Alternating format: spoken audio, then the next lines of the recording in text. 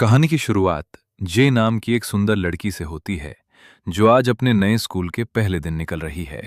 ऊपर से वो जितनी नाजुक और मासूम नजर आती है, हकीकत में उसका असली किरदार उतना सीधा और सरल नहीं।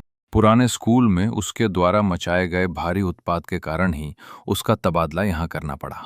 परंतु इस मर्तबा उसने स्वयं को वचन दिया है कि वो खामोश रहकर हर विवाद से दूर रहेगी, ताकि अपनी पढ़ाई पर पूरा ध्यान देकर सफलतापूर्वक स्नातक की डिग्री पाए। इस विद्यालय की विशालता और प्रसिद्धि उसे काफी खुशी भी देती है, परंतु प्रवेश करते ही उसे आभास होता है कि यहाँ के विद्यार्थी काफी संपन्न हैं। और उससे भी अधिक चौंकाने वाली बात यह है कि सभी अपने प्रेमियों के संग घूम रहे हैं। मगर जैसे ही जे भीतर कदम रखती है, वो अनायास एक छात्र से टकरा जाती है और अपनी इस गलती हेतु तुरंत माफी मांगती है। बिना कोई उत्तर दिए वो लड़का बस एक तीखी निगाह डालकर वहां से चला गया। जे क्रोधित तो होती है, मगर अपने वचन को याद कर वो खुद को किसी भी नई मुसीबत से बचा लेती है। अगले दृश्य में वो छात्र मामलों के कार्यालय पहुंचकर अपना कार्ड दिखाती है और अपनी नई कक्षा का पता पूछती है। वहां के निवासियों का व्यवहार उसके प्रति काफी रूखा है और वे उसे उसकी कक्षा का पता बताने में बहुत आनाकानी करते हैं। वहां पहुंचते ही उसे आभास होता है मानो वो समय के किसी द्वार में प्रवेश कर चुकी हो। सन्नाटे और गंदगी का आलम। जहां अन्य कक्षाएं आधुनिक और चमचमाती थीं, वहीं उसकी क्लास किसी जर्जर खंडहर जैसी थी। वो खुद को दिलासा देती है कि बाहर चाहे जो भी हो, भीतर कक्षा का अनुभव अच्छा रहेगा। लेकिन अंदर कदम रखते ही उसे लड़कों का एक गुट वहां खड़ा मिलता है। वो उनसे क्लास ई का रास्ता पूछने लगती है। हालांकि उन्हीं में से एक लड़का जानबूझकर उसे गुमराह करते हुए उसके साथ दुर्व्यवहार करने लगता है। जे उसे प्रमाण दिखाती है कि ऑफिस ने उसे यही विशिष्ट कमरा आवंटित किया है, मगर उन्हें लगता है कि यह लड़की नई है और इसे अपनी चालों में फंसाना उनके लिए बेहद आसान होगा। तभी उन लड़कों में से एक अपमानजनक लहजे में बात करते हुए उसे जानबूझकर किसी दूसरे गलत क्लासरूम की ओर भेज देता है। जे के भीतर प्रतिशोध की ज्वाला भड़कती है और वो उसका चेहरा लहूलुहान करने को पूरी तरह बेताब है। परंतु जल्द ही उसे एहसास होता है कि यह लड़का असल में एक बुली है। अगली कक्षा में दाखिल होते ही उसे वहां की बेदाग सफाई और सख्त अनुशासन का एक अलग नजारा दिखता है। तैयारी मुकम्मल है, ये छात्र बिल्कुल अव्वल नजर आ रहे। मगर जैसे ही सबकी निगाहें उस पर ठहरती हैं, वो गहरे अचंभे में पड़ जाती हैं। कक्षा की लीडर पास आकर परिचय पूछती है और कार्ड देखते ही बताती है कि ये कमरा उसका नहीं, बल्कि उसे वही पुराना और गंदा क्लासरूम फिर से आवंटित हुआ है। जे आखिरकार उस बदतमीज शख्स के बोले हुए झूठ की असलियत को समझ गई। आक्रोश में वो वापस मुड़ती है और उसे चुनौती देने की ठानती है, किंतु कक्षा के अंदर कदम रखते ही उसे एक गहरा झटका लगता है। पूरी कक्षा सिर्फ लड़कों से भरी है, एक भी लड़की वहां नहीं। जे झुंझलाकर पूछती है कि वो यहाँ इकलौती लड़की क्यों है, पर तुरंत साहस बटोरकर वो खुद को 100 लड़कों के बराबर मान लेती है। तभी क्लास में शिक्षक उसे सबके सामने पेश करते हैं। पर दृश्य का ये मोड़ कहानी को एक बिल्कुल नई और अनपेक्षित दिशा देता है। लड़के अब उसकी खिल्ली उड़ाने लगे। तभी उस पुराने विश्वासघाती का चेहरा उभरता है जिसे कहानी अब कैफर के नाम से जानती है। क्लास का नेतृत्व करने वाले इस चेहरे के पीछे एक क्रूर दबंग छिपा है। जे को देख वो हंसता है और कहता है कि इस क्लास में उसका सर्वाइवल अब बहुत कठिन होने वाला है। जैसे ही बैठने का वक्त आता है, कोई भी इंसान उसके पास वाली जगह पर बैठने को तैयार नहीं होता। इसी दृश्य में कैफर उस पर केले का छिलका उछालता है और बाकी छात्रों संग मिलकर उस लड़की को कक्षा से खदेड़ने की एक गुप्त रणनीति बनाना शुरू करता है। सब एक साथ उस पर कागज, भोजन और गंदगी फेंकने लगते हैं। तंग आकर जे जैसे ही टीचर से शिकायत करने बढ़ती है, तभी अचानक घंटी बजती है और क्लास का समय समाप्त हो जाता है। अध्यापक के बाहर निकलते ही पूरी कक्षा मिलकर अचानक जे पर हमला कर देती है। वो युवती अब मानो एक जीवित कूड़ेदान में तब्दील हो गई है। दहशत में डूबी वो तेजी से बाहर निकलकर स्कूल कैंटीन जा पहुंचती है। तभी क्लास ए की लीडर उस पर नजर डालती है और पूछती है कि क्या सब ठीक है या किसी ने उसे सताया। मगर जे असलियत छुपाकर यह झूठ बोलती है कि वहां हर किसी ने उसका स्वागत बहुत ही बढ़िया किया। रईस छात्र क्लास ई के बच्चों को उपद्रवी मानते हैं, इसलिए वे उसकी बातों पर भरोसा करने को बिल्कुल भी तैयार नहीं होते। यहाँ वे जे को जताते हैं कि कैंटीन उनकी मिल्कियत है और उसे अपनी कक्षा में जाकर भोजन करना चाहिए। लाचार होकर जे फिर उसी गंदी कक्षा में कदम रखती है। भूख सताने पर वो तन्हा बैठकर अपना भोजन निकालने लगती है। परंतु जैसे ही भोजन की महक उन लड़कों तक पहुंचती है, वे अचानक हमला करके उसका खाना छीन लेते हैं। वो देखकर दंग रह जाती है कि इन लोगों ने उसके भोजन का एक निवाला भी नहीं छोड़ा। ठीक उसी पल कहानी में एक नया छात्र कदम रखता है, जिसका नाम फेलिक्स है।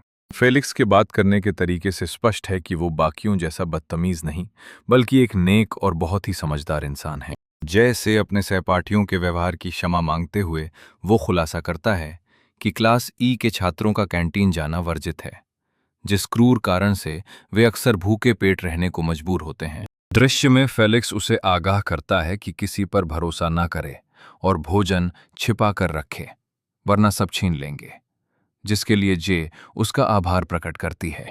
परंतु जैसे ही वो नादानी में झोले से भोजन निकालती है, फेलिक्स उसे खुद थाम लेता है और कहता है कि मैंने अभी तो समझाया था, किसी पर भी भरोसा मत करना। जे का आक्रोश भड़क उठता है। वो उनकी अक्ल पर तंज कसते हुए ये संकल्प लेती है कि इन विक्षिप्तों से उसे अब कोई सरोकार नहीं रखना।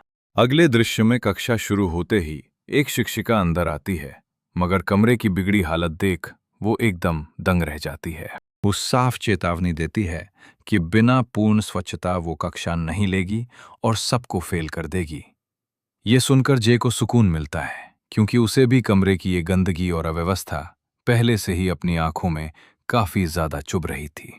सफाई का सामान थामे वो छात्रों से सहायता की गुहार लगाती है और वे फौरन राजी हो जाते हैं, मगर अगले ही पल वे उसे भीतर अकेला छोड़कर बेरहमी से दरवाजा बाहर से बंद कर देते हैं। अकेले पूरी सफाई करने के बोझ तले जे का मानसिक संतुलन बिगड़ने लगता है। इसीलिए थकान से चूर होने तक वो पूरी शिद्दत से सफाई में जुटी रहती है। शाम को घर पहुंचने पर यह खुलासा होता है कि स्कूल के पास रहने के लिए उसने अपने अंकल के घर को अपना ठिकाना बनाया हुआ है। आंटी उससे उसके पहले दिन के अनुभव के बारे में सवाल करती हैं, पर जे सच छुपाकर ये झूठ बोलती है कि सब उसका सम्मान कर रहे हैं और वहां हालात बिल्कुल ठीक है।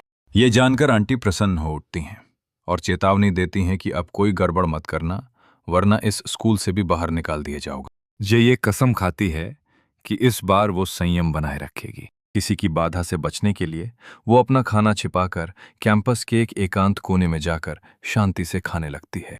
मगर तभी वहां अचानक कैफर की एंट्री होती है, जो बिना इजाजत उसके बगल में बैठकर बेझिझक उसका खाना खाने लगता है। जे की चकित निगाहें कीफर पर ठहरती हैं, जहां वो उसकी खूबसूरती को भांपती तो है, मगर उसे झेलना उसके लिए अब भी नामुमकिन है। कक्षा में प्रवेश करते ही कीफर उसे एक नोट थमाकर कैंटीन से खाना लाने का निर्देश देता है, क्योंकि उनका वहां अंदर जाना किसी कारणवश फिलहाल मुमकिन नहीं है। यहां जे स्वाभिमान दिखाते हुए खुद को नौकरानी मानने से मना कर देती है, जिससे आक्रोशित कीफर उसे सख्त चेतावनी देता है कि क्लास का हिस्सा बने रहने के लिए उसे उनके ही उसूलों के मुताबिक चलना होगा। अभी जे निडर होकर पलटवार करती है कि उसे अब किसी का खौफ नहीं। तुम्हें लगता है कि मैं कोई नादान लड़की हूं? तुम में मेरा सामर्थ्य नहीं देखा। इस चेतावनी के बीच शिक्षिका के आते ही वहां गहरा सन्नाटा छा गया। विश्राम के समय जे अकेले शांति से खाना चाहती है, पर लड़कों की टोली उसका पीछा करना नहीं छोड़ती। पीछा छुड़ाने की खातिर वो विवश होकर अपना भोजन बांटता है, ताकि सब उसे अकेला छोड़ दें। जे क्रोध में स्वयं को रोकती है, क्योंकि आंटी को दिया शांति का वचन उसके हाथ बांधे है, वरना वो सबको मजा चखा देती। तभी कक्षा के द्वार पर लाल बालों वाले नए छात्र यूरी का नाटकीय प्रवेश होता है। उसे अपने साथ भोजन लाते देख वहां खड़े बाकी सभी लड़कों के चेहरों पर अचानक एक गहरी प्रसन्नता छा गई। दृश्य में जैसे ही उसकी दृष्टि जे से टकराती है, वो संदेहास्पद होकर उस विक्षिप्त लड़की के बारे में पूछता है। तब आसपास मौजूद लोग उसे बताते हैं कि वो बस एक नई छात्रा है। यूरी के मन में अब यह गहरा संदेह है कि जे शायद अमीर छात्रों की जासूस है। पहली बार उसे अपनी आंखों के सामने पाकर जे पूरी तरह अचंभित है। उसके बारे में फेलिक्स से पूछने पर वो खुलासा करता है कि उसका नाम यूरी है, जो संयोग से उसी क्लास ई का ही एक और छात्र निकला। हकीकत में कीफर और उसकी दोस्ती काफी गहरी है। वे हर काम साय की तरह साथ मिलकर करते हैं। दृश्य में आगे यूरी कीफर को एकांत में ले जाकर ये साफ कर देता है कि उसे क्लास में लड़कियां नहीं चाहिए। कीफर यह स्वीकारता है कि जे को खौफजदा करने की उसकी तमाम कोशिशें नाकाम रहीं, क्योंकि ये युवती निडर है और उसका सख्त लहजा व बेबाक अंदाज उन सब से कहीं ज्यादा धारदार और तेज है। यूरी अब ऐसी साजिश रचता है जिससे जे इतनी प्रताड़ित हो जाए कि वो स्वयं कक्षा छोड़ दे, वरना उसे इस विद्यालय को ही हमेशा के लिए त्यागने पर मजबूर होना पड़ेगा। शाम ढलने पर जे घर लौटती है, जहां उसका अंकल पहले से ही उसकी राह देख रहा होता है। जे सच्चाई बताने के बजाय कहती है कि वो क्लास ई में है और सब बिल्कुल ठीक चल रहा है। पूर्व प्रधानाचार्य रहे अंकल खुलासा करते हैं कि क्लास ई उन उपद्रवी छात्रों का ठिकाना है जिन्हें कहीं और जगह नहीं मिली, इसलिए वे नायक को उनसे दूर रहने की चेतावनी देते हुए उन्हें गुंडों की टोली बताते हैं। जे मुस्कुराते हुए कहती है कि बाहरी रूप से तो सब अच्छे ही दिखते हैं। अगली सुबह स्कूल के रास्ते में उसकी भेंट एक रूपवान मगर काफी लड़ाकू लड़के से होती है। वो अपनी आंखों से उसे अकेले ही उन लड़कों से भिड़ते हुए और बेरहमी से उनकी हड्डियां तोड़ते हुए देखती है। आगे चलकर वो अपना परिचय सीएन के रूप में देता है। वो जे के साथ स्कूल की ओर बढ़ता है और जे तब हैरान रह जाता है जब उसे पता चलता है कि मात्र 14 साल की उम्र में अपनी प्रखर बुद्धिमत्ता के कारण उसे इस विद्यालय में समय से पूर्व ही प्रवेश मिल गया है। जे उसके प्रभावशाली व्यक्तित्व की कायल हो जाती है। चर्चा के दौरान सीएन उसे समझाता है कि क्लास ई के बच्चों पर कैंटीन में पाबंदी क्यों लगाई गई है। दरअसल कीफर को अपनी ही कक्षा की एला नाम की उस लड़की से गहरा प्रेम था, मगर कीफर ने उसे कैंटीन में रंगे हाथों नकल करते हुए पकड़ा। आक्रोश में उसने पूरी कैंटीन तहस नहस कर दी। उस दिन के बाद सब कुछ वर्जित हो गया। सीएनजे को स्पष्ट निर्देश देता है कि यदि वो वास्तव में मददगार है तो उन्हें भोजन लाकर अपनी निष्ठा सिद्ध करे। जे मुस्कुराते हुए राजी हो जाती है। अंतराल के दौरान जे वास्तव में खाना लाकर सीएन को सौंप देती है। शुक्रिया अदा कर सीएन उस राज को बाकी सबसे छिपाए रखता है। जे एकांत में अपना भोजन समाप्त करती है और फिर शेष दिन अपनी कक्षाओं में व्यस्त रहती है। दिन खत्म होते ही जब वो खड़ी होने लगती है, उसे एहसास होता है कि उसकी स्कर्ट इस कुर्सी से मजबूती के साथ चिपकी हुई है। कीफर ने उसकी सीट पर गोंद फैला दिया था। जे बाहर निकलने की कोशिश में फंस जाती है और सभी लड़के उसका मजाक उड़ाने लगते हैं। वह दो अंततः सीएन सब ऐसे एस सीएन और फेल एस इस सबीच बेजुत्ती हैं। सीएन बलवद तिम्हार है और फेल, लेकिन वह दो अंततः सीएन जो और फेल एक। लिखने के बाद के बिटाते हैं सीएन। फिल्म में हापरे बता देखने की बात करते हैं अंततः फेल और फेल एक। रससर्क से मदद एक फालिग फेल एक शक्ति। रस तकती हैं से मदद वह तो सी बीचे के एक बरवा है। एक से मदद एक जिंदे लेके के साथ में जन है। ये सामने लेख जोबे जब चकते है तुम्हारा जी है मदद भी सबके जही तक के लिए किसी पर, लेकिन मैं समझ मिल जानते हैं, लेकिन भी जिससे के लिए प्रबिक में बहाने ही हैं किसी बाहत में सबसे विते हैं, जहीं तक सही भी बताते हैं। सार में गल ने भी मदद को लिखा है। रस तकते हैं पढ़ सकते हैं जही फेल में सीएन बलवद अच्छे बने की बात है, नहीं फिर अपने शादी की करता है जो भी में ही बन जाएगा है। सही पर है गल में भी मदद को शरख नहीं है। अगया सही फिर अपने शादी की करता है जब भी में ही बनतेगा है, लेकिन भी जही तक तली का नहीं मान है। ये जत्ते हैं तुम पे पर पे हैं अगर पढ़ सकते हैं जही पर जहे हैं मदद में जिंदगी मदद कर नहीं है सबसे विते हैं। यह पर सब नहीं पढ़ सकते हैं सबके पर पे हैं वो भी मही बन जाता है। चली हैं जिंदगी करने पने, लेके हुआ अपने पर बेग सबसे बिता दाता है। सब जैसे कि अभी अपनी ही पढ़ सकता है, मेरे पुरा पढ़ सकता है, जही पर सकते हैं जाते हैं।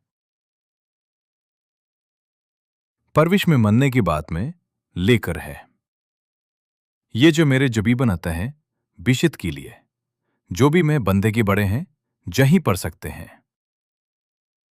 ये सबसे बीते हैं सब कुछ नहीं है, जैसे कि मदद में जाएगी, वहां पर दो पर जरूर करते हैं, अभी भी बना करते हैं। लेकिन की बात में किसी पढ़ सकते हैं, जैसे कि मदद भी मेरे बन जाते हैं।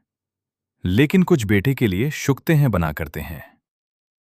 ये शुरू को नहीं कमे हमता है, जैसे कि अभी भी बंदेगी बना है, किसी बलते हैं। लेकिन की बात के हो सकते हैं, जैसे कि जही पढ़ सकते हैं। जही पढ़ सकते हैं, लेकिन के बाद की जो भी मही बन जाते हैं। लेकिन की बात है दूसरा तक सामने पर जल्दी के लिए जाते हैं, वहां पर घर में भी बना जाते हैं, जैसे कि मदद भी बंदे की बरा है।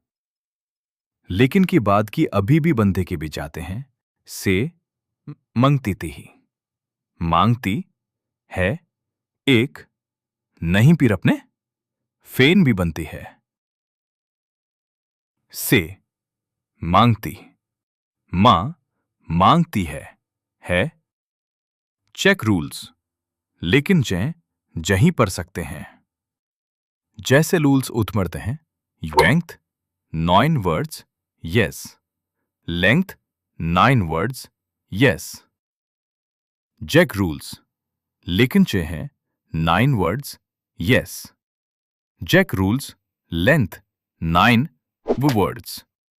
इज ऑप्टिना। रोज तुम्हें भोजन खिलाती हूं, अब मेरी मदद करने का समय है। विवश होकर वे दोनों उसे खींचने लगते हैं, जिससे उसकी स्कर्ट फट जाती है। सियन फौरन अपनी जैकेट उसे थमा देता है ताकि वो खुद को ढक सके। वो उसे कीफर से दूर रहने की एक गंभीर चेतावनी देता है। क्रोध की अग्नि में जलती जे अब इस क्लास को हमेशा के लिए छोड़ने का निश्चय करती है।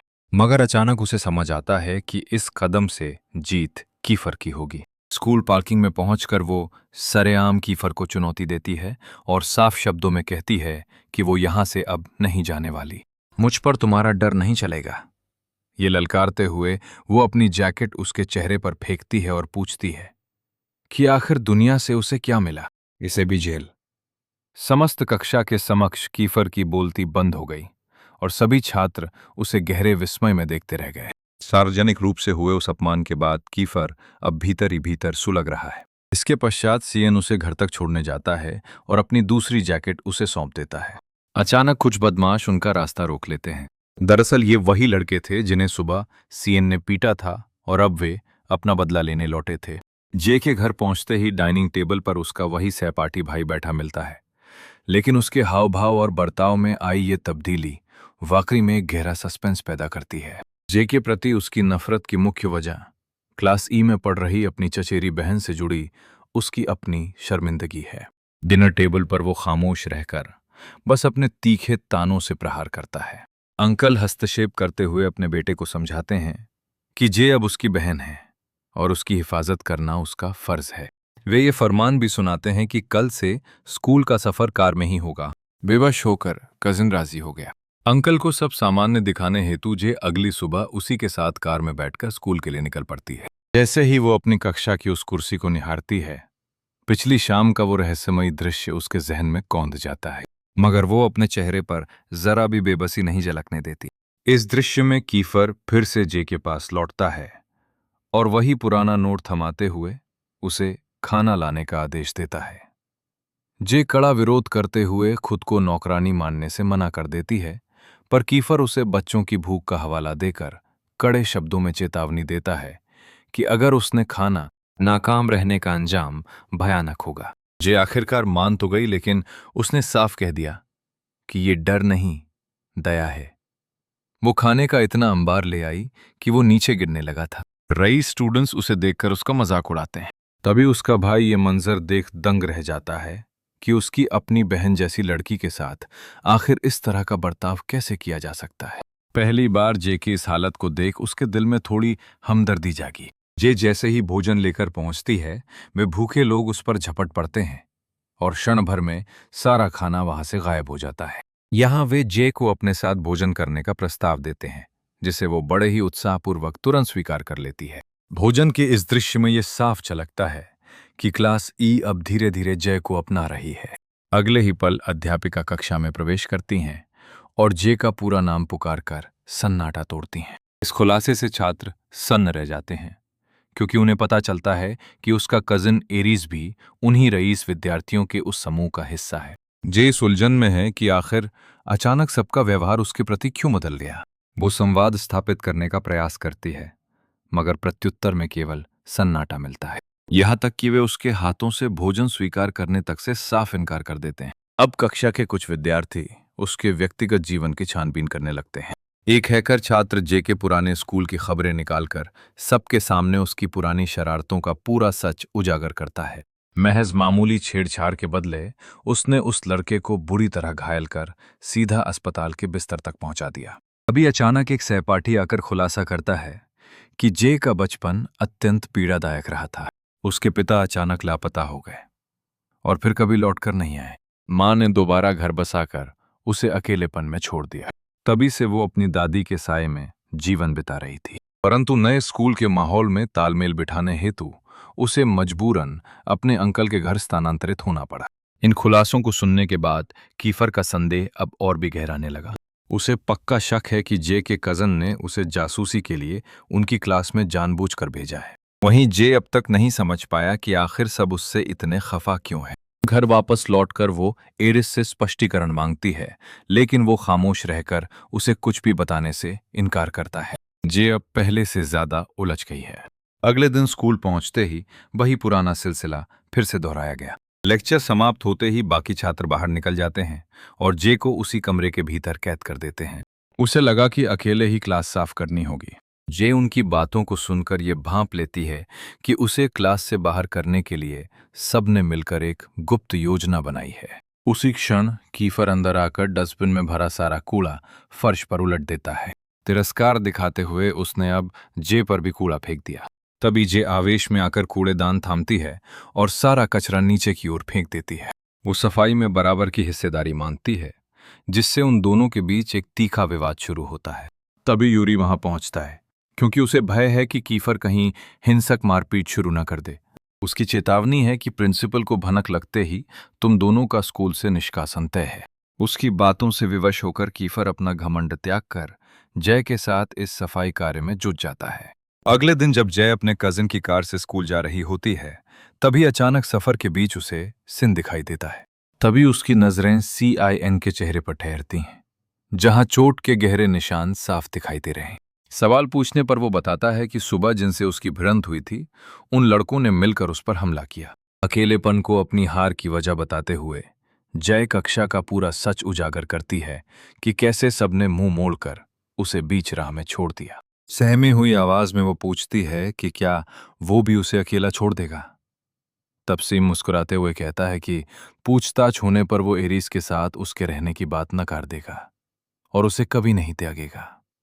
जय का ये अटूट भरोसा इस मंजर को और भी गहरा बना देता है। पहली बार मन को सुकून महसूस हुआ।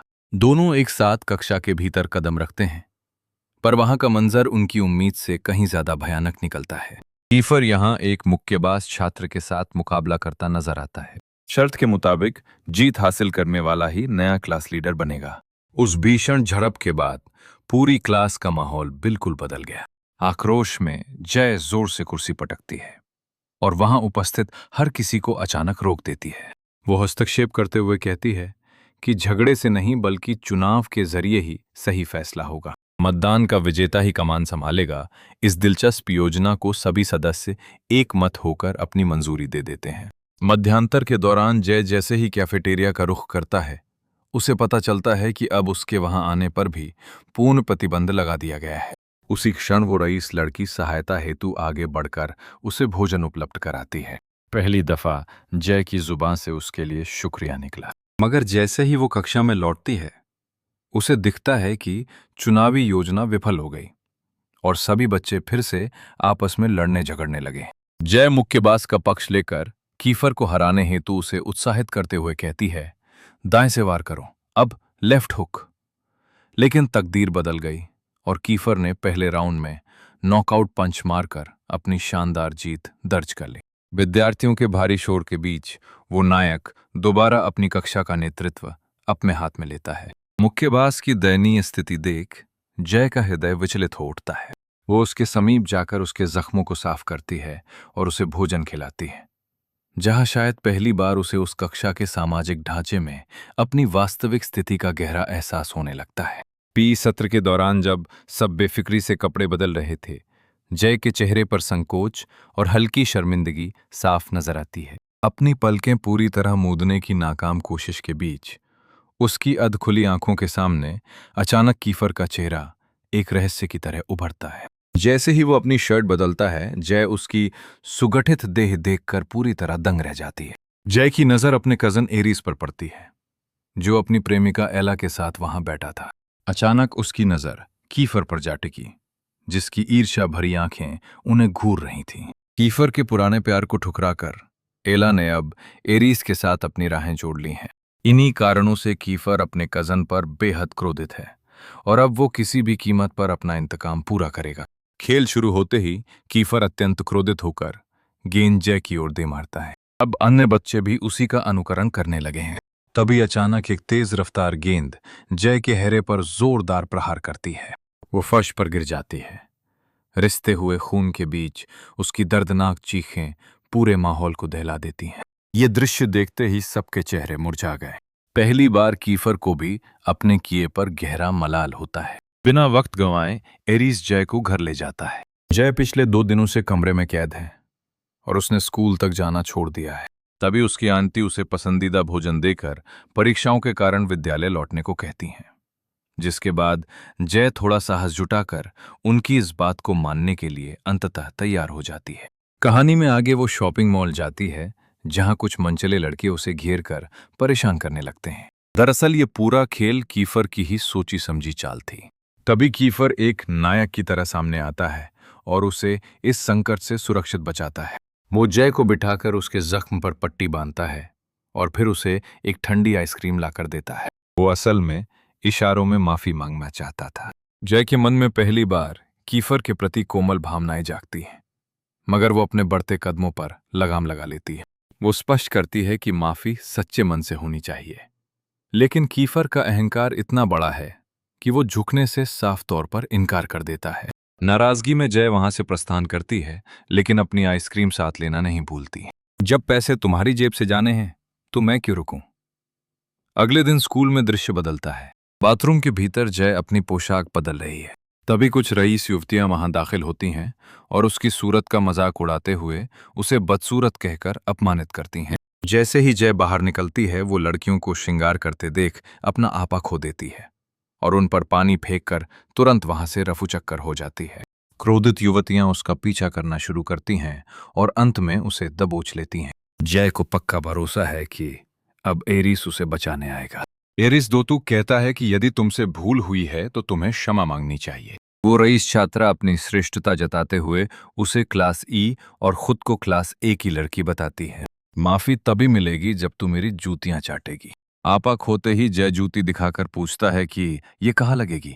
अपनी माँ के पास जा और उसी से ये चटवा लेना। जैसे ही लड़कियां उस पर हमला करने बढ़ती हैं, कीफर अपने पूरे गिरोह के साथ वहां आ धमकता है। जय को छूने वालों को वे गंभीर परिणाम भुगतने की धमकी देते हैं और तभी भीषण संघर्ष शुरू हो जाता है।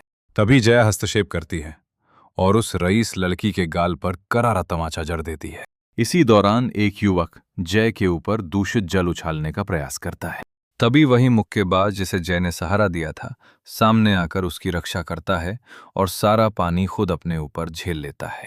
अपनी जान जोखिम में डालकर उसे सुरक्षित निकालने वाले को देख जया दंग रह जाती है। जय को वहां से सुरक्षित निकालकर वो स्वयं उस घातक प्रहार को अपने ऊपर झेलता है। इसके पश्चात जय अस्पताल का रुख करती है, उस मुक्केबाज से मिलती है और तहे दिल से उसका आभार मानती है। वहीं दूसरी तरफ यूरी और कीफर एक गोपनीय चर्चा में व्यस्त दिखाई देते हैं। यूरी ने स्वीकार किया कि उनकी हर चाल अब विफल हो गई। Refining draft 7 for 27 words. ये सुनकर कि जय क्लास में है, कीफर एक कुटिल मुस्कान के साथ कहता है कि वो उसे इश्क में फंसाकर बाद में उसका दिल तोड़ देगा। ये सुनकी जय क्लास 6। एरिस से मेरा इंतकाम अब पूरा होगा। यह सुनकर यूरी सन्न रह गया, क्योंकि जय अनजाने में ही कीफर की उस खतरनाक साजिश का हिस्सा बनने वाली थी। अगली सुबह जब सब जय की हालत पर सवाल उठाते हैं, तब वो सच छुपाने के लिए बस मामूली बीमारी का झूठा बहाना बना देती है। कीफर को उस पर रत्ती भर यकीन नहीं। उसे संदेह होने लगता है कि जय पर किसी ने जानबूझकर हमला किया है। वो साथी को अपराधी खोजने का आदेश देते हुए पूछता है, किसने किया? और तभी मध्यांतर में सहपाठी जय का बस्ता खंगालकर उसका भोजन चुपके से चुरा लेते हैं। जय उनके पीछे दौड़ती है और कीफर की नजरें पड़ते ही वो उसकी रूहानी मासूमियत पर अपना दिल हार जाता है। अब उसे समझ आने लगता है कि ये खिंचाव कोई फरेब नहीं है। अब जय सचमुच उसके दिल के करीब आने लगा है। सूरज डूबते ही कीफर को सूचना मिलती है कि वे अमीर छात्र खुले मैदान में जय से मुकाबला कर रहे हैं। जय वहां मजबूती से पांव जमा लेती है। वो अकेले ही 2 हमलावरों को धूल चटा देती है, मगर तभी तीसरा पीछे से वार कर उसका हाथ तोड़ने ही वाला था कि कीफर एक नायक की तरह ऐन वक्त पर वहां नाटकीय प्रवेश करता है। उस लड़के को परे धकेलते हुए वो जय की ढाल बनकर खड़ा होता है और कहता है कि अब वो अकेली नहीं है। फिर दोनों मिलकर उन रईस लड़कों को सबक सिखाते हैं। पूरी तरह थक चुकी जय जमीन पर लेटकर कीफर का शुक्रिया अदा करती है। कीफर झेंपते हुए उस जगह से निकला। ठीक उसी समय यूरी वहां पहुंचकर जय को कीफर को किसी भी मुसीबत में ना फंसाने की चेतावनी देता है। प्रधानाचार्य की भनक लगते ही जय का निष्कासन निश्चित था, इसलिए यूरी स्वयं उसे वहां से सुरक्षित बाहर ले आता है। तभी अचानक आसमान से बूंदें बरसने लगती हैं। यूरी जय को अपनी छतरी की ओट में सुरक्षित करता है, मगर जय कीचड़ में रपट जाती है और उसे सहारा देने की कोशिश में यूरी का संतुलन भी बिगड़कर उसे मिट्टी में गिरा देता है। क्षण भर को निगाहें मिलते ही दोनों के दिल धड़कने लगते हैं, जिसके बाद जया लजा कर वहां से पीछे हट जाती है। यूरी उसे अपनी गाड़ी से घर पहुंचाने के लिए अब निकलता है। सफर के दौरान जब वो जय को ठंड से ठिठुरते देखता है, तब अपनी जैकेट उसे थमा देता है। थकान के कारण जय गहरी नींद में सो जाती है और यूरी उसे बिना जगाए अपने घर ले जाता है। होश में आते ही वो पूरी तरह दंग रह गई। यूरी का यह निवास किसी राजमहल जैसा है। जैसे ही वे भीतर कदम रखते हैं, एक मेड उनका स्वागत करने खड़ी मिलती है। यहाँ ये राज खुलता है कि यूरी असल में एक अत्यंत धनी और रईस खानदान का हिस्सा है। हनामिची साम्राज्य का सर्वे सर्वा उसका दादा ही है। दृश्य बदलता है और यूरी उसे अपने कमरे के भीतर ले जाकर कपड़े बदलने को कहता है। जया अपनी शरारत भरी मुस्कान के साथ उसे शातिर लड़का करार देती है। यूरी फौरन पीछे मुड़कर सब जानने की बात कहकर नाटक खत्म कर कपड़े बदलने का आदेश देता है, जिसके बाद जय शहर का खूबसूरत नजारा देखने में खो जाती है। तभी यूरी पीछे से आ दमकता है। जय उसके बालों का मजाक उड़ाती नजर आती है।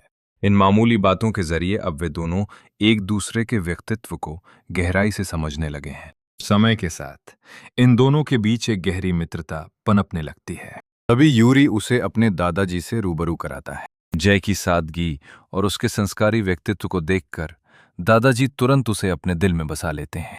चॉपस्टिक्स ना चला पाने पर जय बेझिझक हाथों से खाने लगती है, जिसे देख मुस्कुराते दादाजी को उसके अनोखेपन का गहरा आभास होता है। प्रवेश द्वार पर ही वो यूरी का आभार जताती है। उन्हें साथ देख कीफर के भीतर ईर्ष्या जाग उठती है, मगर यूरी के सच उजागर करने पर उसके मन में उठ रहे संदेह मिट जाते हैं। उसी दिन प्रिंसिपल उन्हें बुलावा भेजती है। बीती रात के उस टकराव ने अब काफी तूल पकड़ लिया है। अचानक जय को यूरी की वो चेतावनी याद आती है कि उसे कीफर को हर मुसीबत से बचाना है। सहमी हुई जया सारा इल्जाम अपने सिर ले लेती है। जैसे ही वो संघर्ष की जिम्मेदारी लेती है, कीफर ये जानकर पूरी तरह स्तब्ध रह जाता है। पहली दफा उसे एहसास हुआ कि जय औरों से कितनी जुदा है। स्कूल खत्म होते ही उसके अंकल वहां पहुंचे। तमतमाते चेहरे के साथ वे उसे वचन की याद दिलाते हैं जिसके बाद जय अपनी भूल स्वीकारते हुए क्षमा मांगती है और दोबारा कोई परेशानी न पैदा करने की कसम खाती है। अंकल उसे घर छोड़ने निकलते हैं, पर बीच राह व्यस्त होकर अपना कार्ड थमाते हुए टैक्सी लेने और शॉपिंग करने को कहते हैं। जय की आंखों में उस बेशकीमती कार्ड को देख एक गहरी और लालच भरी चमक साफ उभर आती है। अब खरीदारी का समय है और वो बेहिसाब सामान खरीदकर अपनी इच्छाएं पूरी करती हैं। वहीं दूसरी ओर कीफर अपने साथियों के साथ यूरी के ठिकाने पर एकत्रित होता है। कीफर क्रोधित होकर अपनी पूरी योजना बताता है। अब जय को अपनी मोहब्बत के जाल में उलझाऊंगा, उसे मुझसे प्यार होगा और तब मैं उसका भरोसा चकनाचूर करूंगा। एला से उसका दिल छीनकर तोड़ने की उसके कजिन वाली बात सुनकर वहां मौजूद हर शख्स पूरी तरह सन्न रह जाता है। यूरी इस योजना को दोषपूर्ण मानता है, फिर भी वो मौन साधे रखता है ताकि समूह उसे किसी धोखेबाज या गद्दार की नजर से न देखे। अगले दिन विद्यालय पहुंचते ही जय को हर किसी से बहुत ही सम्मानजनक और अच्छा व्यवहार मिलता है। कीफर स्वयं जय के लिए स्थान सुरक्षित कर उसे अपने पास बैठने का निमंत्रण देता है, जिसे देख वो हतप्रभ रह जाती है और सोचने लगती है कि क्या वो जीवित भी है। कीफर के व्यवहार में आए इस अचानक और गहरे बदलाव को जय अब भी पूरी तरह समझ नहीं पा रही थी। हालात के कारण वो उसके साथ बैठती है, पर मन ही मन उसे सुकून है कि कम से कम लड़के के व्यवहार में अब सुधार आया है। वहां खड़ा यूरी हर मंजर देख रहा है। जय को सचेत करने का उसका पूरा इरादा था, पर ऐन मौके पर वो खामोश ही रहा। मध्यंतर में जय जैसे ही कक्षा से बाहर निकलती है, कीफर साय की तरह उसके पीछे पहुंच जाता है। नायक बातचीत शुरू करते हुए उससे मंजिल पूछता है, कहाँ जा रही हो? और जया उसके लहजे में अचानक घुली इस असामान्य मिठास को देखकर पूरी तरह सन्न रह जाती है। वो मजाक का संदेश जताती है और बिना किसी जवाब के आगे की ओर बढ़ी। उसी क्षण कीफर शरारती अंदाज में धीरे से उसके पैर को छूता है। जय का संतुलन डगमगाते ही कीफर फुर्ती से उसका हाथ थामकर उसे गिरने से बचाता है। कीफर की मुस्कान जय की शर्मिंदगी को और भी बढ़ा देती है। तनाव के बीच उसकी धड़कनें तेज होने लगती हैं, मगर वो खुद को इस भ्रम में रखकर कि सब ठीक है, फौरन उस संदिग्ध स्थान से बाहर निकल जाती हैं। पानी लाने वो कैंटीन के भीतर जाती है, पर बाहर आते ही कूड़ेदान के पीछे से उभरी एक विचित्र ध्वनि उसे पूरी तरह ठिठका देती है। दहशत में करीब जाने पर वो देखती है कि सामने कोई मजाक नहीं बल्कि असलियत में एक लड़की मीका है। धूल से सने कपड़ों में वो स्त्री फूट फूट कर रोते हुए अपनी व्यथा प्रकट करती है। जय को इस कड़वे सच का एहसास होता है कि रईस छात्रों ने मीका को इसलिए प्रताड़ित किया क्योंकि उसने जय को सताने के उनके आदेश को नहीं माना था। मीका की दुर्दशा देख जय का हृदय पसीज जाता है और वो उसे प्रसाधन कक्ष में ले जाकर उसका मुख साफ कर वेशभूषा व्यवस्थित करती है। साथ ही उसकी सुरक्षा का अटूट वचन भी देती है, जिससे अत्यंत भावुक होकर मीका उस प्रस्ताव को स्वीकार कर लेती है और अंततः जय की कक्षा में प्रवेश करती है। कक्षा में मीका को देखते ही कीफर आग बबूला होकर चिल्लाया, इसे बाहर निकालो। बढ़ते संकटों के बावजूद जय ने अब अपने कदम पीछे न खींचने की कसम खा ली है। सबके सामने वो ऐलान करती है, मुझे ये लड़की चाहिए, मैं इसे अब कभी तना नहीं छोड़ूंगी। कीफर क्रोध में भरा वहीं खड़ा रह जाता है, जबकि जे मीका के बगल बैठ जाती है। सूरज ढलने के बाद भी जे मीका के साथ बाहर निकलती है ताकि कोई और उसे परेशान करने की हिम्मत न करे। तभी उसे आभास होता है कि कैलिक्स फासले से चुपचाप उसका अनुसरण कर रहा है। जे मजाक में मीका से उसके पूर्व प्रेमी के बारे में सवाल पूछती है। विवश होकर मीका हकीकत बयां कर देती है। वो स्वीकारती है कि कभी वे दोनों साथ थे। जब उसने प्रपोज किया तब मुझे उसके जज्बात और इरादों पर पूरा यकीन था, पर एला ने मुझे आगाह किया कि कैलिक्स का इरादा केवल मेरा फायदा उठाना ही है। उसने अपनी आंखों से उसे किसी दूसरी लड़की के साथ देख लिया था। हकीकत सामने आते ही मैंने उससे अपनी राहें जुदा कर ली। उस पल के बाद से बोलचाल बंद है। जे उस दास्तां से भावुक हो उठी और उसका हाथ थामकर ये ऐलान किया कि आज से वही उसकी सबसे पक्की दोस्त होगी। मीका की आंखों में हर्ष के आंसू उमड़ पड़ते हैं। घर पहुंचते ही जे अपने कजन से मीका की सुरक्षा का आग्रह करती है और चाहती है कि वो बच्चों को उसे परेशान करने से अब पूरी तरह रोक दे। चचेरा भाई मान तो गया, परंतु एला व्यथित है क्योंकि उसकी वजह से ही मीका को निशाना बनाया जा रहा है। ये देख कीफर ईर्ष्या से जलकर अपनी मांग सामने रखता है। तुम सबको तो हेलो कहती हो, पर मुझे नहीं। क्या मैं कोई पराया हूं? जे फौरन पलटकर तीखा सवाल करती है, कि क्या तुम्हारी हैसियत मुझसे मजाक करने के लायक भी है। तभी कक्षा के भीतर एला कदम रखती है। वो जे को बुलाकर मीका वाले मसले पर उसकी सहायता के लिए दिल से धन्यवाद प्रकट करती है। एला मीका की सलामती की गुहार लगाती है। जे वादा तो करती है, पर एला उसे हकीकत बता देती है। मीका शायद कैलिक्स को एक और अवसर देना चाहती है, पर मुझे अविश्वास है। जे उसे रोकने की मेरी अपील ठुकराते हुए कहती है कि ये चुनाव मीका का अपना निजी अधिकार है। कैलिक्स को एक अवसर देना अगर उसकी इच्छा है तो ये उसका अपना जायज अधिकार है। एला के चेहरे पर मुस्कान तो है, मगर जे उसकी इस हंसी के पीछे छिपे किसी गुप्त मंसूबे को भांप लेती है। जय के कक्षा में लौटते ही सब उसे घेर कर एला की बातें पूछने लगते हैं, मगर वो एक भी शब्द नहीं बोलती है। तभी कैलिक्स का फोन बजता है और वो संदेश पढ़कर बेचैन होकर मीका की तलाश में तुरंत निकल पड़ता है। जय के साथ बाकी सब भी वहां पहुंचते हैं और देखते हैं कि एक दौलतमंद लड़का हाथ में फूल लिए खड़ा है और मीका के सामने अपने प्यार का इजहार कर रहा है। ये रईस सहेलियां अपनी दोस्त को वो प्रस्ताव स्वीकारने के लिए प्रेरित करती हैं। जय के शब्द सुनकर मीका के कदम रुक जाते हैं, क्योंकि उसके दिल में कैलिक्स के लिए आज भी जगह है। गुस्से से भरा वो रईस लड़का जय पर चिल्लाकर उसे दूर रहने को कहता है और हाथापाई करने के लिए आगे बढ़ता है। कीफर और उसका गिरोह तुरंत जय की ढाल बनकर उसे बचाते हैं और उस अमीर लड़के को चेतावनी देते हैं, दोबारा इसे छेड़ा तो खैर नहीं, जिससे वहां फिजाओं में एक गहरा तनाव छा जाता है। अचानक कैलिक्स वहां पहुंचकर मीका को रोकता है और सरेआम सबसे माफी मांगता है। अपनी पुरानी खता स्वीकार कर वो कहता है कि अब उसका व्यक्तित्व पूरी तरह से बदल चुका है। दोबारा मौका मांगने की उसकी ये जज्बाती स्वीकारोक्ति सबको भीतर तक छू जाती है। मीका की आंखें भर आती हैं और वो अंततः भावुक होकर उसकी बात मान लेती हैं। उस रईस लड़के को ठुकराकर मीका ने आखिरकार कैलिक्स को अपना जीवन साथी चुना। सहेली की प्रसन्नता देख जया का मन भी आनंद से भर जाता है। पूरी क्लास अपने दोस्त की मदद करके खुशी मनाती है। तभी हमारी जय उसे मीका का लिखा हुआ वो पुराना पत्र थमा देती है, जो आगे चलकर काफी अहम होगा। उस खत को खोलते ही उसे इस बात का आभास होता है कि ये उसके जन्मदिन पर भेजा गया संदेश था, जिसमें उसने अपने प्रेम और उस पर अटूट विश्वास का इजहार किया था। जैसे ही मीका का संदेश सामने आता है, उसकी पलकें भीग जाती हैं, क्योंकि अलगाव के बावजूद उसने जन्मदिन की याद संजो कर रखी थी। जय के प्रोत्साहन के बाद वो फिर मीका का सामना करने का साहस जुटाती है और वास्तव में उससे जा मिलती है। मगर तभी कीफर वहां आ धमकता है और उसे पता चल जाता है कि कैलरिक्स अब मीका से मुलाकात करने वाला है। कीफर को ये भय सताता है कि कहीं उस रईस कैलिक्स के साथ उसकी कोई हिंसक झड़प न हो जाए। इस मोड़ पर कैलिक्स अपनी भूल स्वीकार कर मीका से माफी मांगते हुए उसे मनाता है और अपने असीम प्रेम का इजहार कर भविष्य में कभी पीड़ा न देने का वचन देता है। इस सच्चे लम्हे को देख कीफर निरंतर जय को घूरता रहता है और फिर उससे एक मौका मांग लेता है। उसकी बातें सुनकर जय प्रसन्न तो होती है, परंतु संकोचवश वो उस जगह से तुरंत ही विदा ले लेती है। जय के क्लास में वापस आते ही मीका वहां उसकी प्रतीक्षा करती हुई नजर आती है।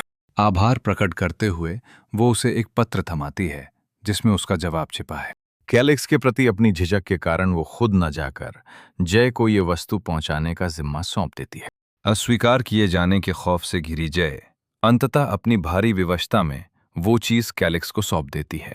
खत पढ़ते ही कैलिक्स रोने लगा। जय यहां माहौल को हल्का करने हेतु ठिठोली करते हुए कहती है कि अगर किस्मत साथ न दे तो पप्पी के बजाय झप्पी ही काफी है। Transition check. The prompt asks for one sentence. The original is technically two sentences, or a compound one. I will provide a single, cohesive flow. Refining for director's perspective, narrator distance.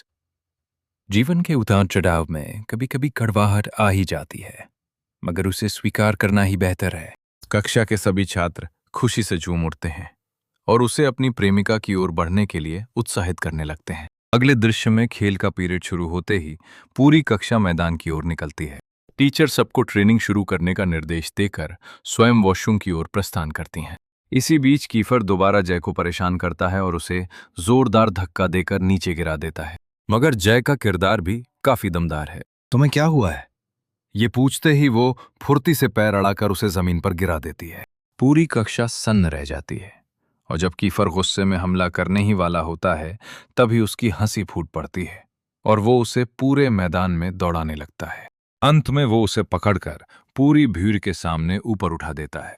जय के आकर्षण में बंध कर वो स्वयं पर नियंत्रण खो देता है और आवेग ने उसके अधरों को चूम लेता है, जिसे देख वहां मौजूद हर शख्स गहरे आश्चर्य और सन्नाटे में डूब जाता है। इस लड़के की बेशर्मी तो देखिए, सरेआम सबके सामने उसने चुंबन कर दिया।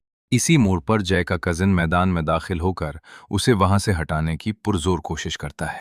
कीफर उसे टोक देता है और फिर दोनों मिलकर जय को खींचते चले जाते हैं। अपनी अदम्य शक्ति का प्रदर्शन करते हुए कीफर अंततः जय को घसीटकर अपने पास ले आता है। सबकी मौजूदगी में वो उसे गले लगाता है और फिर दूसरी बार चूम लेता है। पूरा मंजर देख सब सन्न रह गए। तभी जय का आपा खो जाता है और वो कीफर के चेहरे पर एक जबरदस्त मुक्का रसीद कर देती है। No, let's use the one above. Output only. मेरे यूज द रीवन sentence. Yes, final check on. लेकिन इस बाद में किसी तो रसीद कर सकते हैं। लेकिन इस बारे में बिल्कुल लेता है तो इस पर बन कहीं के पता जाता है। लेकिन इस बदर पर लेकर रक्स में ही करना है।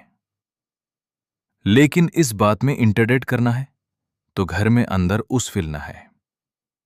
लेकिन इस बदर पर करना से करना है और वो सिर्फ करना है। लेकिन इस बदर को श्री मिलना है। जय है कि कीफर मिलता है लेकिन इस बदर पर लेता है। लेकिन इस बदर को छिरे मिलना है चाहेंगे लेकिन इस बदल पर लेता है।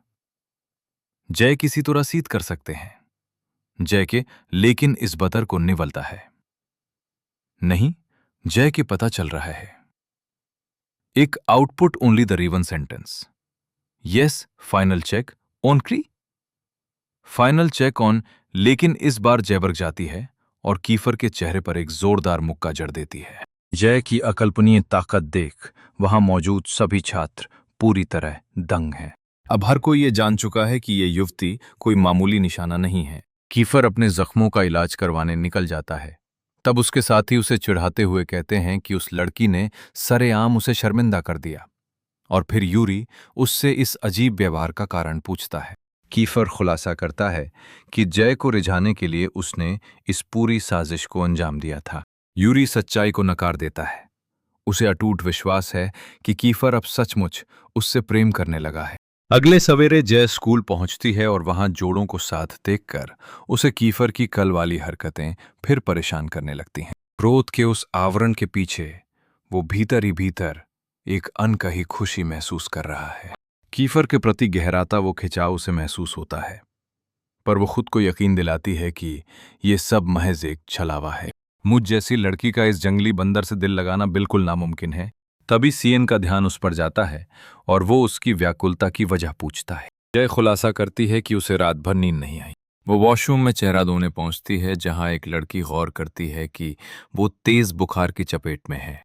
वो उसे मेडिकल रूम में जांच कराने का निर्देश देती है और आगाह करती है कि पहले प्रताड़ित करने वाली वो लड़की अब प्रतिशोध की आग में जलते हुए एक नई और खतरनाक साजिश रचने में जुटी है। आभार व्यक्त करते हुए जय अपनी कक्षा में वापस कदम बढ़ाती है। कल के उस चर्चित किसिंग सीन को लेकर पूरी क्लास में अब भी ठहाकों का दौर जारी है, मगर जय की थकावट उसे आसपास की हलचल पर गौर करने नहीं देती। उसी क्षण शिक्षक परीक्षा पत्र थमाते हैं। जैसे ही विद्यार्थी लिखना शुरू करते हैं, जय का सिर चकराने लगता है और वो अपनी मेज पर ही निढाल होकर सो जाती है। कीफर और यूरी गौर करते हैं कि उसने कुछ नहीं लिखा, तब वे उसकी सहायता करने का मन बनाते हैं। अंततः कक्षा के समापन पर वो जैसे ही उठती है, उसे अपनी कोरी नोटबुक देख एहसास होता है कि उसने कुछ नहीं लिखा और उसका मन मायूसी से भर जाता है। काउंट 1। अंततः जो कक्षा किस लिए। काउंट अंततः 2 कक्षा जैसे ही जह से मायूसी से भर जाता है। काउंट अंततः जो कक्षा जो सिर वालों जीवें। किस लिए है? जीवे। कक्षा। मैं भी दत्त। जीवे। कक्षा। जीवे सिर वालों। जीवे। कक्षा। फिरते हैं। मैं भी दत्त। कक्षा। जीवे मोहनचिन मिले। जीवन है। जीवे। क्यूने की प्रबंध कखते है तकता है। उसने अपनी कोरी नोटबुक देख। अंततः कक्षा के समापन पर उसे अपनी कोरी नोटबुक देख मेल करता है और उसका मन मनमल सकता है। अंततः गल्ट के लिए निरा होगा। काउंट। अंततः कक्षा। क्यों में कक्षा। मैं भी दत्त। जीवे। कक्षा। जीवे मोहनचिन मिले। जीवे। कक्षा। मैं भी दत्त। कक्षा। जीवे। जीवे। जीवे। कक्षा। जीवे। कक्षा कर में मुझे पढ़कर मिले। उसने कुछ नहीं लिखता है।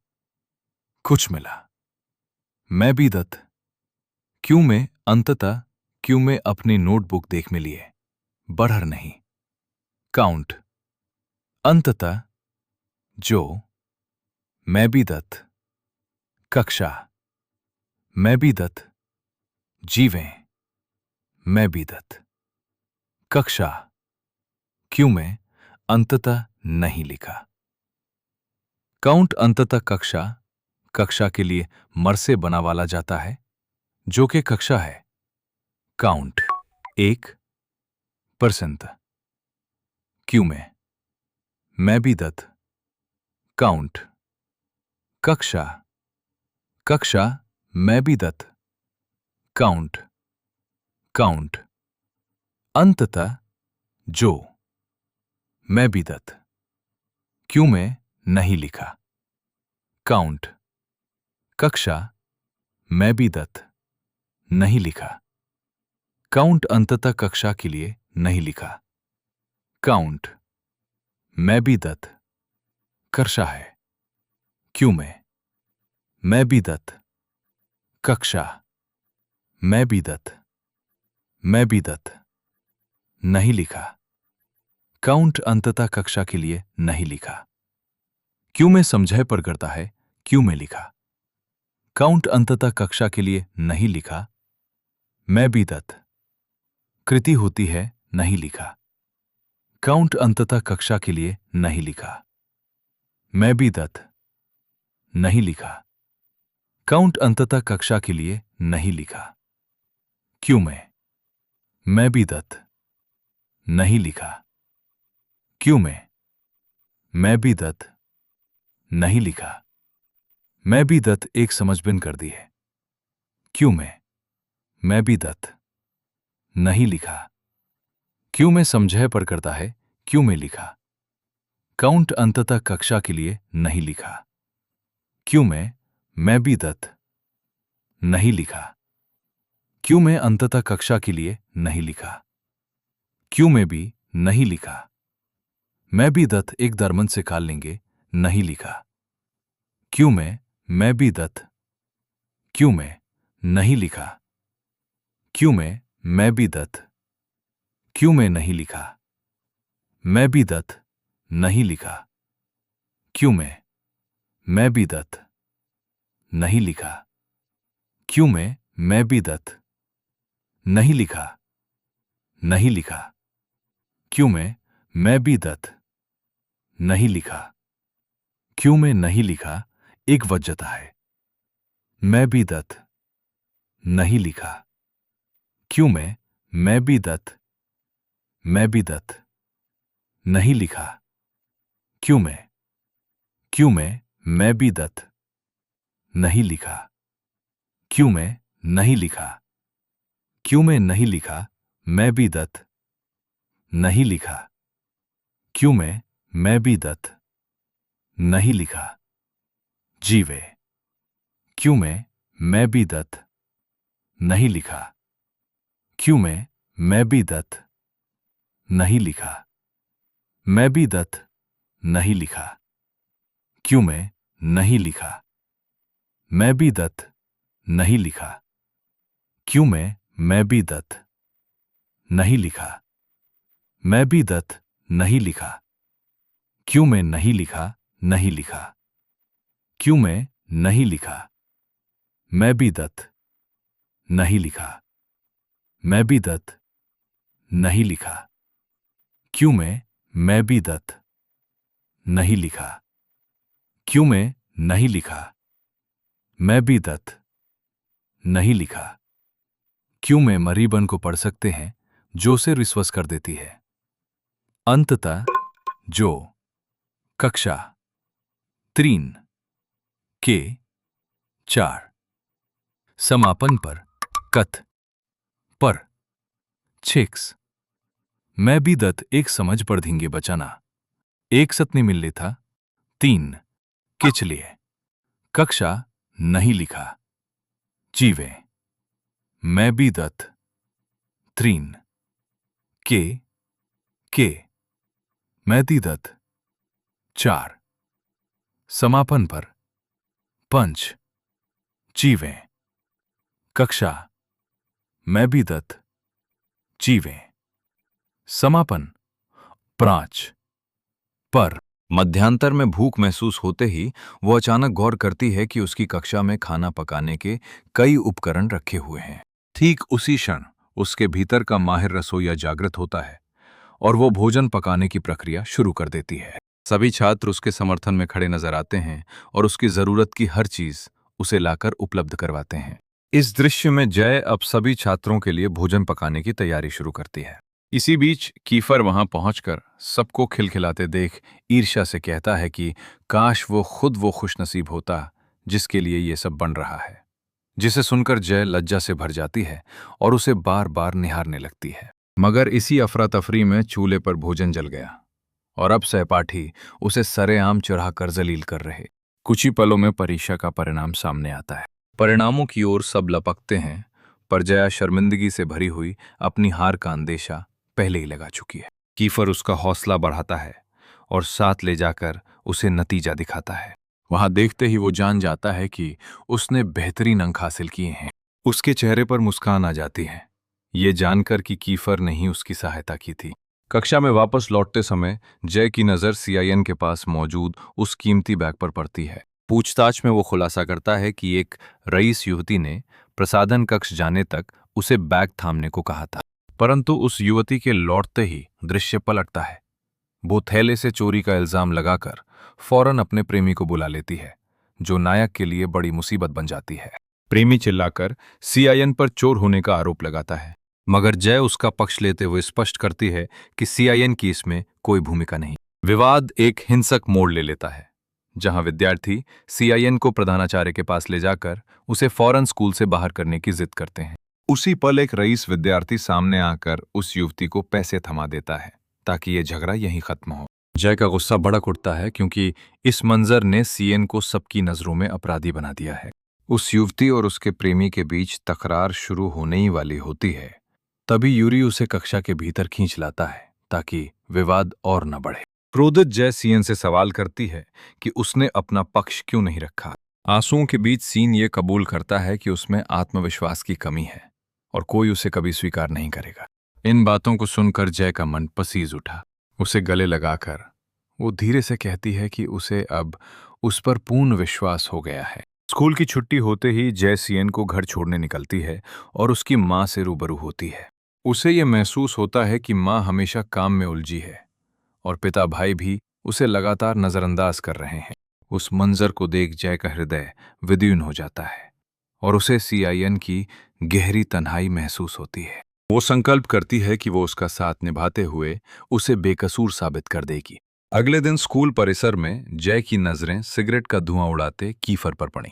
नाराज होकर वो ऐसे व्यवहार करती है मानो उसने उसे देखा ही नहीं, मगर कीफर उसके पीछे आता है, अपनी खता मानकर भविष्य में इसे दोबारा ना दोहराने का पक्का वादा करता है। जय उसे इस शर्त पर माफी देती है कि वो सीआईएन की बेगुनाही साबित करने में उसका साथ दे, और कीफर इस पर अपनी सहमति दे देता है। वे दोनों मिलकर इस गुत्थी को सुलझाने बैठते हैं और उन्हें आभास होता है कि आरोप लगाने वाली वो युवती निश्चित रूप से किसी के साथ मिली हुई है। स्कूल के बाद वे उसके घर पहुंचते हैं और सच्चाई जानने के लिए पैसों का प्रलोभन देते हैं। मगर वो युवती झुकने के बजाय अब सीआईएन की मर्यादा मिट्टी में मिलाकर सबको ये सच बताने पर अड़ी है कि वो महज एक शातिर चोर और बड़ा जालसाज है। जय गुस्से में उस पर वार करने ही वाली होती है, तभी कीफर उसे रोककर समझाता है कि हिंसा से समस्या हल नहीं होती। कीफर अकेले उस लड़की से बात करने पहुंचता है, मगर वो उसे नजरअंदाज कर बेरुखी के साथ दरवाजा बंद कर देती है। शर्मिंदगी ओढ़े कीफर जैसे ही गाड़ी में लौटता है, जय उस पर तीखा कटाक्ष करती है। अगली सुबह जय तमतमाते हुए स्कूल आती है और उन रईस बच्चों पर पैसे उछालकर सबको ललकारते हुए ये ऐलान करती है कि अब सब सुन लो, सीएन कोई चोर नहीं है। चोरी का जुर्म कबूल कर वो सबको दंग कर देती है और फिर खामोशी से अपनी क्लास में वापस लौट जाती है। मगर असली खौफनाक मोड़ तब आता है जब ये राज खुलता है कि उस दबंग लड़की ने उसका वीडियो बनाकर पूरे स्कूल में पहले ही वायरल कर दिया था। पूरे स्कूल के सामने उसकी साख मिट्टी में मिल गई। जे को नतीजों की फिक्र नहीं, क्योंकि सीआईएन की छवि को बेदाग करना ही उसके लिए जीत का असली मतलब था। अत्यंत भावुक होकर सीआईएन उसे गले लगा लेता है और कहता है कि वो ये उपकार जीवन भर नहीं भुलाएगा। कीफर अब एक हैकर साथी को पैसे देकर उस वीडियो को स्थायी रूप से मिटवा देता है, मगर तब तक वक्त हाथ से निकल चुका था। जे के परिवार ने आखिरकार वो वीडियो देख लिया था। दादी और दूसरी आंटी के आने पर जे अपनी लज्जा के कारण उनके सामने नहीं जा पाती। छिपकर सुनते हुए उसे उन कड़वे शब्दों का आभास होता है जहां उसे एक ऐसी आफत कहा जा रहा है जो जहां भी जाती है संकट खड़ा कर देती है। ये सुनकर उसका दिल पूरी तरह बिखर जाता है। उसे गहरा यकीन है कि कोई उसे समझ ही नहीं पाता। आक्रोश और वेदना से घिरी वो अपने घर से बाहर कदम बढ़ाती है और अपनी साइकिल पर निकल जाती है। मानसिक अशांति दूर करने के उद्देश्य से जे एक रेस्तरां का रुख करती है और अपने पसंदीदा पकवान का ऑर्डर देती है, परंतु वहां वही जहरीले विद्यार्थी मौजूद हैं जो ओनर को उसे निकालने हेतु विवश करते हैं, क्योंकि वे उसे एक नीच चोर मानते हैं। व्यापारिक घाटे के डर से घबराया मालिक जे से विनती करता है कि वो बिना किसी हंगामे के शांति से चली जाए। टूटे दिल को संभालती हुई हमारी नायिका अब उस जगह से प्रस्थान करने को तैयार है और तभी सामने आता है यूरी। मंजर देखते ही वो फौरन मालिक को आदेश देता है कि सारे ग्राहकों को बाहर कर दो, सिर्फ जे को वहां रहने दो। बात यही नहीं रुकती, वो संकल्प लेता है कि आज के पूरे दिन का मुनाफा वो अपनी जेब से भरेगा। यूरी के रसूखदार परिवार और विशाल साम्राज्य के खौफ में आकर मालिक उन जहरीले छात्रों को धक्के मारकर बाहर निकालने पर मजबूर हो जाता है। यूरी अब स्वयं जे को आमंत्रित करता है और मालिक को हिदायत देता है कि जे के भोजन का समस्त बिल उसके अपने निजी खाते में दर्ज किया जाए। इस मदद को देख जे भावुक हो जाती है और फिर प्रसन्नतापूर्वक अपना भोजन करती है। पर्दे पर यह स्पष्ट है कि जे के लिए उसके जज्बात अब हकीकत में बदलने लगे हैं। वहीं कीफर यह नजारा देख ईर्ष्या की आग में सुलगने लगता है। भोजन करते समय यूरी जे से पूछता है कि उसने सीआईएन की सहायता करने का निर्णय क्यों लिया। जे खुलासा करती है कि वो सहपाठियों को भाई बहन मानती है, क्योंकि उसका अपना सगा भाई अब इस दुनिया में जीवित नहीं बचा है। यूरी उसके व्यक्तित्व की गहराई से मंत्रमुग्ध हो जाता है और अब वो धीरे धीरे उसके प्रेम के सागर में डूबने लगता है। उसी क्षण कीफर के पास उसके मित्र का फोन आता है और वो बिना वक्त गवाए वहां से तुरंत निकल जाता है। इसी दौरान यूरी सही मौका पाकर जे से पूछता है कि क्या उसने कभी किसी से सच्चा प्रेम किया है। जे हिचकिचाते हुए अपने पिछले रिश्ते का खुलासा करती है कि उसका प्रेमी अब कोमा की एक गहरी स्थिति में है। यूरी और अधिक गहराई में जाना चाहता है, लेकिन जे चतुराई से बात का रुख मोड़कर उसी से पूछती है कि क्या उसे कभी सच्चा प्यार हुआ है। यूरी अपना दर्द बयां करते हुए कहता है कि उसने भी प्यार किया था, मगर वो लड़की जे के कजन के साथ चली गई। तो यूरी भी एला को दिल से चाहता था। जे उसकी गहरी तकलीफ को समझकर उसे हंसाने का जतन करती है, जिससे उसके उदास मन का बोझ कम हो जाता है। अंधेरा गहराने पर यूरी अपनी साइकिल के जरिए उसे सुरक्षित घर तक पहुंचाने का एक महत्वपूर्ण निर्णय लेता है। यूरी साइकिल की रफ्तार तेज करता है और खौफजदा जे उसे कसकर अपनी बाहों में जकड़ लेती है। हंसी ठिठोली के बीच वो यूरी को गुदगुदाती है, जिससे संतुलन खोकर वे दोनों अचानक नीचे गिर जाते हैं। जे के पैर में गहरा जख्म हो जाता है, जिसे देखते ही यूरी तुरंत बैंडेज लगा देता है। उसे साइकिल पर बिठाकर वो खुद पैदल साथ चलने लगता है, जिससे जे का मन पूरी तरह पिघल जाता है। उसे अब ये एहसास होने लगा है कि कोई सचमुच उसकी फिक्र करता है। जे के घर लौटते ही उसकी दादी और रिश्तेदार उसे देख दहशत से भर गए। वे इसे एक भीषण दुर्घटना समझ रहे हैं। यूरी फौरन उपचार शुरू करता है, जिसमें दादी जे उसका हाथ थामकर उसे शांत रहने का दिलासा देती हैं। दादी के हृदय में अपने लिए सच्चा स्नेह पाकर जे का मन हर्ष से भर गया। मगर उसी क्षण दादी यूरी को अपना प्रेमी मान बैठती हैं। शर्माते हुए जे ये साफ कर देती है कि वो लड़का महज उसका सहपाठी है। तभी उसके चचेरे भाई का प्रवेश होता है, जो यूरी को देखते ही भड़क उठता है, क्योंकि वे पुराने दुश्मन हैं। चचेरा भाई उसे घर से बेदखल करना चाहता है, मगर दादी उसे रोकते हुए प्यार से रात के भोजन पर ठहरा लेती हैं। जे की प्रसन्नता देख उसका कजिन भीतर ही भीतर ईर्ष्या की आग में झुलस रहा है। रात्रि भोज समाप्त होते ही जे स्वयं यूरी को वाहन तक विदा करने आती है और आभार प्रकट करती है। जे के मुंह से खुद के लिए सबसे करीबी दो शब्द सुनकर यूरी का हृदय गहरी प्रसन्नता से भर जाता है। सीएन को चोर पुकारने वाला लड़का यही है। सच्चाई उगलवाने के लिए उसके सहपाठी अब उसे बड़ी बेरहमी से पीट रहे हैं। ये सब देख जे का गुस्सा भड़कता है और वो सबको टोकती है कि हिंसा से कुछ हासिल नहीं होने वाला। इसके बावजूद कीफर उसे जान से मारने की कोशिश करता है। तभी वो लड़की हिम्मत हार कर सबके सामने ये सच कबूलती है कि किसी ने उसे इस काम के लिए बाध्य किया था, मगर दहशत की वजह से वो नाम लेने की हिम्मत नहीं जुटाती। उसी पल दरवाजे से कैमरा थामे एक लड़की आती है और हंसते हुए सब कुछ रिकॉर्ड करने लगती है। अंततः जे की दोस्त की मदद से उसकी बेगुनाही सबके सामने आती है और उसके नाम पर लगा हर कलंक पूरी तरह मिट जाता है।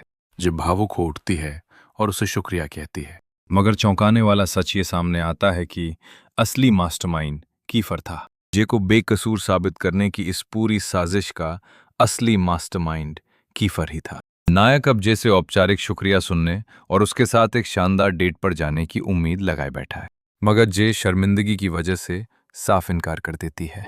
झुंझलाकर कीफर अचानक भोजन की थाली झपट लेता है और फौरन वहां से भाग निकलता है। जे पहले थोड़ा चिढ़ती है, लेकिन फिर दोस्तों के साथ बैठकर हंसी में खो जाती है। उधर कीफर मनी मन बेहद प्रसन्न है, क्योंकि जे अब आहिस्ता आहिस्ता उसके प्रभाव में आकर उसके करीब खींची आ रही है। अगली सुबह यूरी अपनी गाड़ी लेकर जे के घर के बाहर उसकी राह देखता है और फिर दोनों साथ स्कूल के लिए निकलते हैं। क्लास में कीफर की नजर सब पर पड़ती है और वो खाना झपट कर खिल्ली उड़ाता है। यूरी के भीतर ईर्ष्या जागती है कि कहीं जे का दिल कीफर के लिए प्यार में न धड़कने लगे। तभी शिक्षक घोषणा करते हैं कि विद्यालय में बहुत जल्द एक भव्य उत्सव सप्ताह का आयोजन होगा। 7 दिनों के इस उत्सव में हर कक्षा को प्रतियोगिता में उतरना होगा और हारने वाली टीम को पूरे विद्यालय की पूर्ण सफाई करनी पड़ेगी। जे में उत्साह दिखता है, लेकिन कीफर अपनी कक्षा के हारने के पुराने सिलसिले के कारण तुरंत मना कर देता है। आपसी मतभेद के बावजूद जे ने अब पक्का इरादा कर लिया है कि वो शिरकत जरूर करेगी। लंच के दौरान कीफर जे को रोककर ये वचन देता है कि अब से उसका भोजन कोई नहीं छीनेगा, क्योंकि वो खुद इसकी सुरक्षा का प्रबंध करेगा। प्रसन्नता से भरी जे अब फौरन अपने सभी दोस्तों को वहां बुलाती है। कक्षा में सभी छात्र एक साथ बैठकर भोजन करते हैं, मगर अब ईर्ष्या का खेल शुरू होता है। यूरी जब जे का प्रिय भोजन लेकर बढ़ता है, कीफर आशंकित हो जाता है कि यूरी उसे जबरन हथियाने वाला है। अब उसने निश्चय किया है कि जे के लिए विशेष पकवान वो खुद लाएगा। कहानी आगे बढ़ती है और जे को पता चलता है कि उनकी कक्षा का शिष्य काफी वक्त से स्कूल नहीं आ रहा, क्योंकि वो रेस्तरां में नौकरी हेतु अपनी शिक्षा का त्याग कर चुका है। जे उसे मनाने रेस्टोरेंट पहुंचती है और वादा करती है कि दोबारा स्कूल ज्वाइन करने पर वो हर दिन उसकी पढ़ाई में मदद करेगी। बाकी विद्यार्थी भी अब साथ आ जाते हैं और वेटर की वर्दी पहनकर मिलकर उस रेस्टोरेंट का काम संभाल लेते हैं। जे सबको सुझाव देती है। वो यूरी को मुस्कुराने और कीफर को ग्राहकों का जिम्मा संभालने का आदेश देती है। वे दोनों उस लक्ष्य हेतु भ्र जाते हैं और तभी वो नाटकीय मोड़ आता है जब कीफर खाना परोसते हुए अचानक लड़खड़ाता है और खौलता हुआ पेय उसके हाथ पर गिरकर पूरी स्थिति बदल देता है। ये तुरंत वहां दौड़कर आती है, घाव को साफ करती है, उस पर फूंक मारती है और पट्टी बांध देती है। उसकी इस फिक्र को देखकर कीफर के दिल में उसके प्रति जज्बात अब और भी ज्यादा गहरे होने लगते हैं। मगर तभी असली संकट का आगमन होता है। जे का चचेरा भाई और उसकी पूरी बदमाश टोली उस रेस्टोरेंट में दाखिल होती है। फिजा में गहरा तनाव छा गया। कीफर और उसके साथी इस जंग के लिए तैयार खड़े हैं और यहीं फिल्म का ये पहला अध्याय समाप्त होता है। अब असली रहस्य है, जय का दिल किसे चुनेगा? क्या कीफर उसकी मर्यादा की रक्षा के लिए ढाल बनेगा, या यूरी जिसका प्रेम पूर्णता निश्चल और रूहानी है?